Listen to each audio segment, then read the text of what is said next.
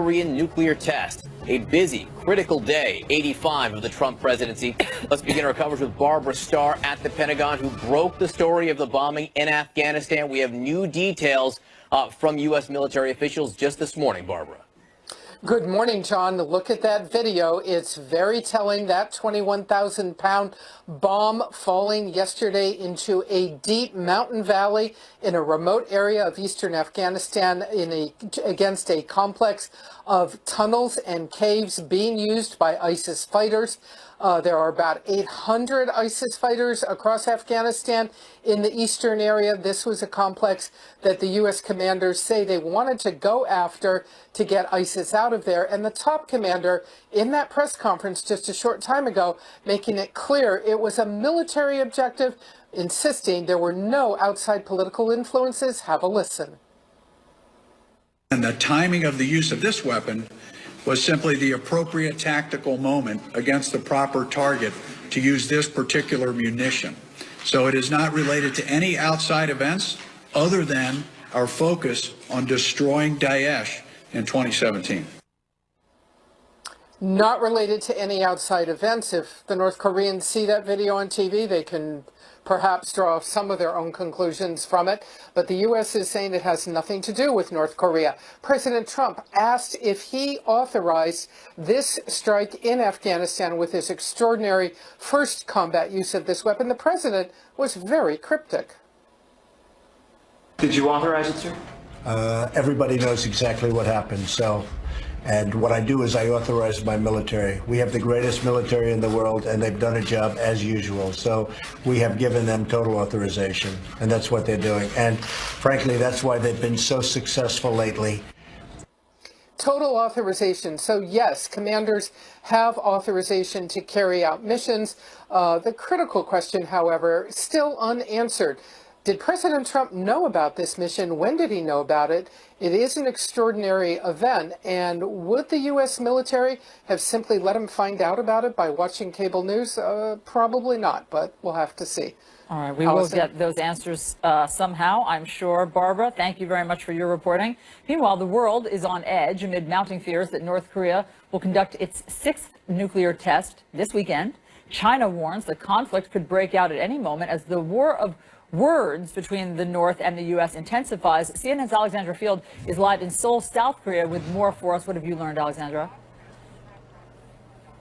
Well, Allison, Washington is preparing for a move from Pyongyang at any moment, and that could be the 6th nuclear test that country has been planning to carry out. We don't know exactly when it will happen, but we do know from White House officials that President Donald Trump, who's spending the weekend at Mar-a-Lago, is getting consistent updates on the situation in North Korea. That as Vice President Mike Pence makes his way to the region, he will be in Seoul, South Korea this weekend, and then on to Tokyo, Japan, where he will be talking to allies about the options that are being looked at with regard to the growing nuclear threat from North Korea. Those options include a military option, which will be discussed. That's a fear for people who here in South Korea. They do depend on the U.S. for security, but they, of course, have concerns about retaliation from North Korea.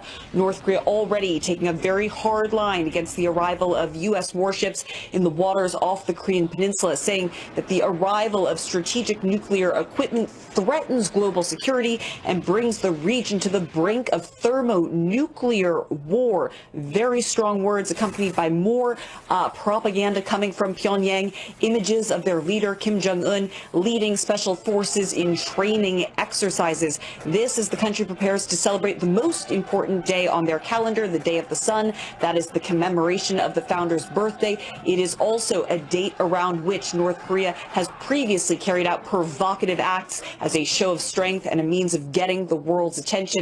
Needless to say here, John and Allison, the world is closely watching.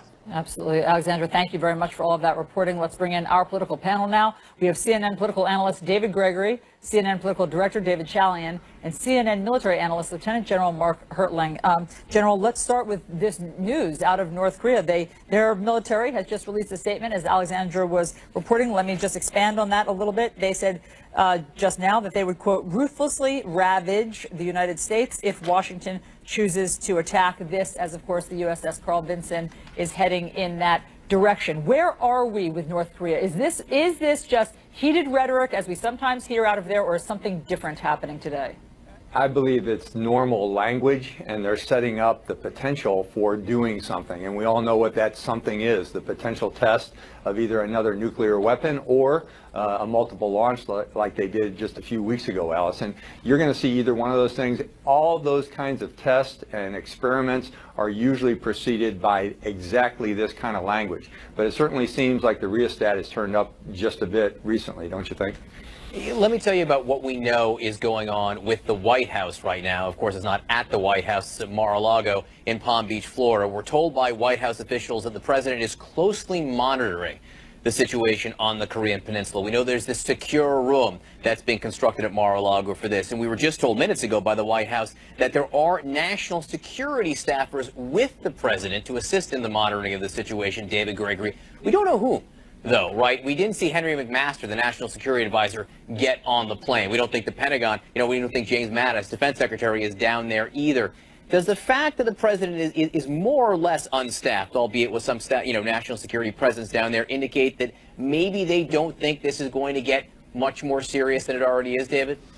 I don't know. I wouldn't speculate on that. I think they're watching it closely. The president has done a number of things here recently, right? He carried off a strike on Syria to send a very strong political message. He has been in contact with President Xi of China, talked very seriously about the North Korea problem and how he'd like to see China intervene. I think the administration wants to make it very clear that they will take a different approach. They might even try a military approach with North Korea, but I wouldn't expect anything rash here. I mean, I think as previous administrations have had to think about what are the follow-on consequences of dealing with North Korea militarily, what is to be gained, how do you want the situation to end? You have a lot of U.S. troops in a vulnerable position in South Korea. We have our allies in Japan. You have the China question to think about. So I think there's a lot going on here that the president wants to monitor. And by what he has said this week, he expects China to take some kind of leading role in any kind of repercussion, any kind of consequence for North Korea if they do another test here. Go ahead, David Chalian. Well, I think what David laid out is spot on, and I think that's why this weekend, should North Korea act the way we anticipate that it might, is a big test. This is the first nuclear test from North Korea in the Trump era, and how President Trump responds to that is going to be critical. We've seen him starting to take on the commander-in-chief role in a more active way in this last week or 10 days or so, and he's clearly has seemed to be more about action than about sort of public deliberation of these things. So watching his response to what North Korea does this weekend really will set the table for how the administration is going to try to grapple with this problem that, remember, Barack Obama, when he left office, told Donald Trump, this is going to be your #1 problem. So, General Hertling, just about an hour ago, we got our first look at video of this huge bomb blast, the largest non-nuclear device ever used by the U.S. military in combat in Afghanistan right now. This is what we saw right now. You can see just a huge plume rising from that. What message does this send, General, not just in Afghanistan, where the bomb was used and we believe killed dozens of ISIS fighters, the Pentagon says, but around the world? Well, it was a tactical weapon. You heard me say that repeatedly, John. It was used by General Nicholson to kill his enemy and to stop them from using that area and to eliminate the IEDs that were being set up in defensive positions. But it certainly has a second order effect as this generated some discussion on the airways by the media and by others, has certainly generated some interest of, boy, another bomb strike. Even though it was taken out of context, it certainly sends a signal to a lot of people that this president is willing to allow that to happen from his tactical commanders. But one of the things I'd mention, though, too, the president said, I've given the authority to my military to do these things. One of the things I'd like to beat home is that's a saying in the military. You can delegate authority. You cannot delegate responsibility. When you tell someone that you trust them to do something, you still own it as a senior commander. And as the commander-in-chief, Mr. Trump doesn't get much more senior than that. He owns this in whatever happens in many different hotspots across across the world. David Gregory, speaking of all of the military action that has happened since President Trump took office, let's pull it up for people. We have a map. Just because it's been notable how much has happened. So this, the biggest bomb ever non-nuclear used, as John said, you see that in Afghanistan. You see the airstrikes in Syria. You also see a terribly unfortunate friendly fire accident in Syria. You see the Yemen raid that went wrong. So in terms of, and then of course North Korea looming there on the right side of the screen. So in terms of, we're not going to be the world's policeman anymore, how does this fit into what Mr. Trump's worldview was on the campaign trail? I think the obvious point is that you've got a new commander-in-chief who is willing to and wants to be more aggressive with the use of military forces to take on problems that we've been engaged in fighting for a long time. In Afghanistan, the use of this Moab bomb, I think, underscores the fact we've been there since 2001. And of course, commanders are looking for ways to root out the enemy that does not endanger U.S. troops, particularly in remote locations, particularly when you have the add-on of more ISIS fighters who are now in Afghanistan that have to be rooted out as well. So this president wants to be more aggressive against ISIS. He has said that. I don't think he wants to occupy Syria or send a lot more troops into Iraq in order to do that. But because ISIS is already degraded, you're going to see more intensity. He's obviously been more aggressive with regard to his talk about North Korea. We saw the strike in Syria, though that's still limited. So I point all these things out to say he's being more aggressive tactically, and part of that is part of a strategy, but I don't know what the bounds of that strategy is right now. I don't think you see an indication by this president to be any more engaged militarily in terms of a U.S. commitment than his predecessor was. But he may go about the kinds of messages he wants to send a little bit differently. You know, I spoke to Alabama Senator Republican Richard Shelby more than a week ago. He says he has not heard a serious strategy yet from the White House. He's waiting. Just a few minutes ago, we spoke to Brian Mast, congressman from Florida, who said he, too, delicately and politely, he was saying he's waiting to hear what the more global strategy is, David Chalian. The White House hasn't laid it out yet. And one thing else I want to add here is when you talk to U.S. service members during the campaign, most of whom were supportive of then-candidate Trump, one of the things they said they liked was the idea that he would be more restrained in using U.S. military force overseas. And that was from members, the rank and file of the military. I'm not sure that's what we've seen in office here.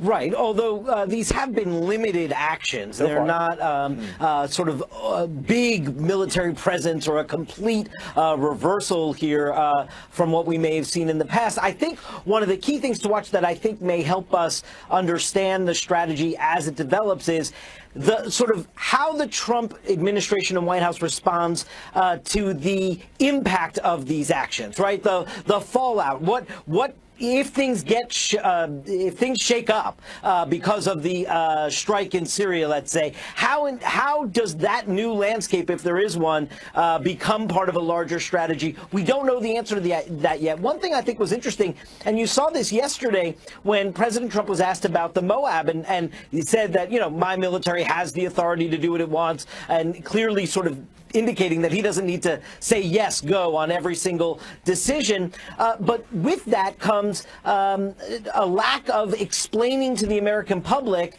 a broader vision, what that strategy is. We haven't heard Donald Trump sort of address Americans in a serious way about these particular instances and how it fits into a larger vision of how he perceives America should be on the world stage right now. All right, David, General, thanks so much for being with us. Appreciate it, guys. An important discussion, something we should hear from the president, hopefully soon. All right, CNN has learned the conversations between the Trump campaign and associates and the Russians were intercepted by intelligence agencies in Britain and other European countries. Those communications were shared with intelligence officials here in the United States. CNN's Pamela Brown live in Washington with this story. Pamela, what are you learning? Well, John, we've learned that British and other European intelligence agencies intercepted communications between Trump associates, Russian officials, and other Russian individuals during the campaign, and then passed on those communications to their U.S. counterparts. Now, this is according to U.S. and European sources, talking to myself and my colleague Jim Sciutto, and the various communications were captured during routine surveillance of these Russian officials and these other Russians known to Western intelligence over the course of several months. We're told the British and European intelligence agencies, including GCHQ in Great Britain, were not proactively targeting any members of the Trump team, these sources say, but rather they picked up these communications during what's called incidental collection, which means monitoring these Russian officials overseas. So that is how this came to light overseas in Europe, and then was, of course, shared with U.S. counterparts as part of the Five Eyes Agreement. And we've also learned that the FBI is using this information that was passed along as part of its counter-intel probe of possible coordination between Russians and Trump associates. Back to you. Okay, Kamala, thank you for all of that information. We'll talk about that very soon. So was that massive bomb that we just saw in Afghanistan a sign of how the president will ramp up the war on terror? We are talking live to a Republican congressman and veteran, Mike Kaufman. We do have some breaking news. We want to show you a new video of that massive bomb that hit ISIS targets in eastern Afghanistan. This is just the latest in a string of military actions taken by President Trump. Joining us now is Republican Congressman Mike Kaufman of Colorado. He is a member of the Armed Services and Veterans Affairs Committees and a Marine Corps veteran. Congressman, good morning. Good morning. You served in both Iraq wars as a Marine, we should say. What do you think of this action that we've seen? This is the new video that we're just looking at, the Moab bomb, the largest ever non-nuclear ordinance used by the U.S. That seems like a lot of firepower to kill 36 terrorists. What do you think the point of using this bomb was? Well, I think there's a couple of points. First of all, I think that, number one, to accomplish the mission in what was a very hardened target that would have required quite a few casualties in terms of taking a cave and tunnel complex laden with or strewn with IEDs. But there's another element to this too, and I think it's a signal from the Trump administration to the Taliban. And a lot of these ISIS fighters are prior Taliban fighters that just happened to change jerseys. But the fact is the Taliban have no desire to negotiate right now. They feel that time is on their side. And so there's no opportunity for peace in Afghanistan without some kind of negotiated settlement with the Taliban. And so I think it's a signal for them that the U.S. is going to strengthen its resolve to bring this war to a close and for them to come to the table. Is it also a message to North Korea? As you know, the USS Carl Vinson is heading in that direction to North Korea. That's certainly gotten the attention of North Korea. And they, in fact, released this statement. This was from their foreign ministry. The U.S. is disturbing the global peace and stability and insisting on the gangster-like logic that its invasion of a sovereign state, decisive, just, and proportionate, pushing the situation in the Korean Peninsula to the brink of a war. How do you interpret their stance? Well, first of all, there's no question that the use of this Moab, the largest conventional munition in the U.S. inventory on this particular target, would also send a message to certainly North Korea, China, Russia, and Iran of the narrative that this president is going to be decisive in terms of protecting America's national security interests. And so, and obviously I hope that the president, it does seem to be moving in this direction, putting pressure on China, who really controls the cards in this region in terms of North Korea, to try and bring peace to this. I mean, I'm sorry to interrupt you, but it doesn't feel like it's de-escalating. It feels like it's escalating. If the North tests does a nuclear test this weekend or fires a missile, how should the U.S. respond? Well, I think, well, I don't think we should respond in terms of going to war. I think our concern is that it is another step towards North Korea gaining the capability to not only attack targets within its region, but also the United States. And so, again, I think showing, resolve from a military perspective that all options are on the table. But I think sending a message to China that we are serious China is North Korea's only true ally, true trading partner, and I do think by putting pressure ultimately on North Korea, we can is the only way we can resolve the situation. I mean, with China is the only way we can resolve the situation with North Korea. Congressman, let me pull up for you a map of the military action that has been that the U.S. military has taken just since President Trump came into the Oval Office, because there are lots of places, hotspots, where the U.S. has already acted. There is, of course, Syria.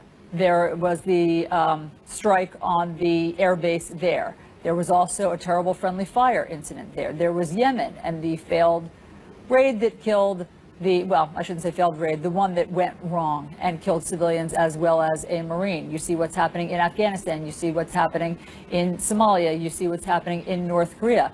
Is it time for President Trump to consult Congress for permission on some of these things? Well, I think if we look at the situation in Syria, he certainly consulted congressional leadership within 48 hours. I'm looking at tightening up what we call the War Powers Act of 1973, that kind of defines the relationship between the White House, but the President as Commander-in-Chief, and Congress in terms of authorizing military action. But I think the President certainly was within the parameters of current law in what he's done. Okay. Congressman Mike Kaufman, thank you very much for being with us on New Day this morning.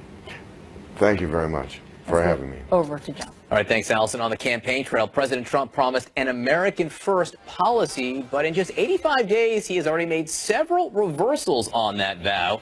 Is there a strategy?